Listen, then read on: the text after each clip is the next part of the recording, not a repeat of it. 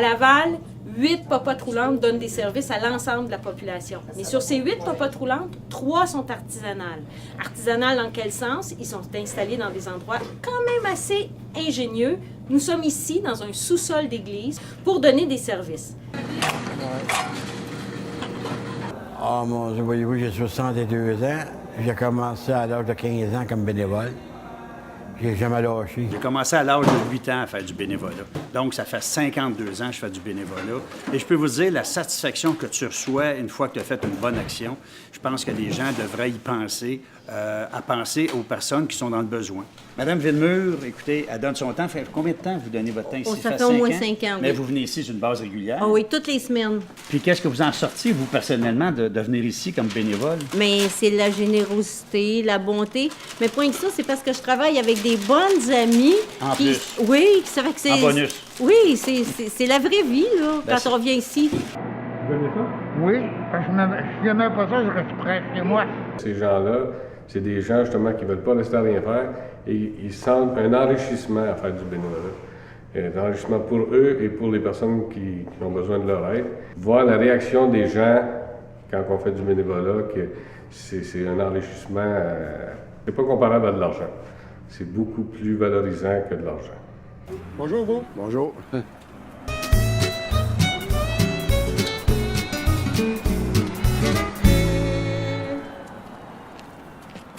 Ils sont tous bien heureux de venir faire de la popote parce que ça leur rapporte, parce qu'ils savent que quand ils font la popote, c'est pour des gens qui en ont vraiment besoin. C'est des gens qui la reçoivent, ont besoin, puis sont bien à la maison.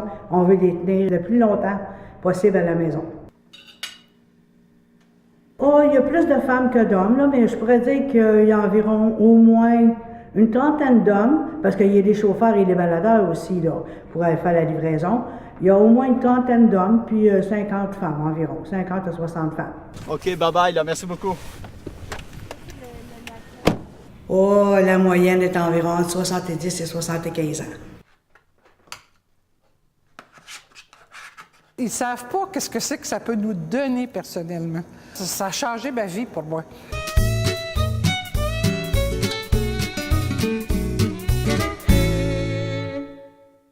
C'est énorme. On parle de millions de dollars parce que les bénévoles viennent aider les gens. On vient aider les gens âgés, on vient aider les familles qui vivent des difficultés, on vient aider les personnes à apprendre à se faire la cuisine, à popoter pour eux. Les popotes roulantes sont un bel exemple de ça.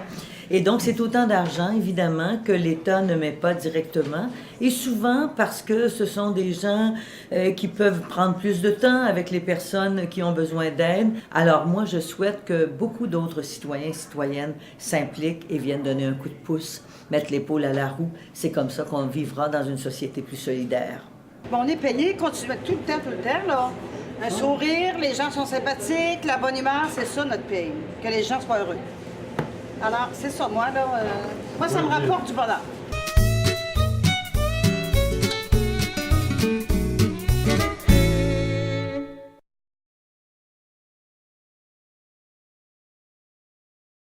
Ça nous fait du bien de faire du bien. Ça, c'est clair. C'est une vérité assez évidente.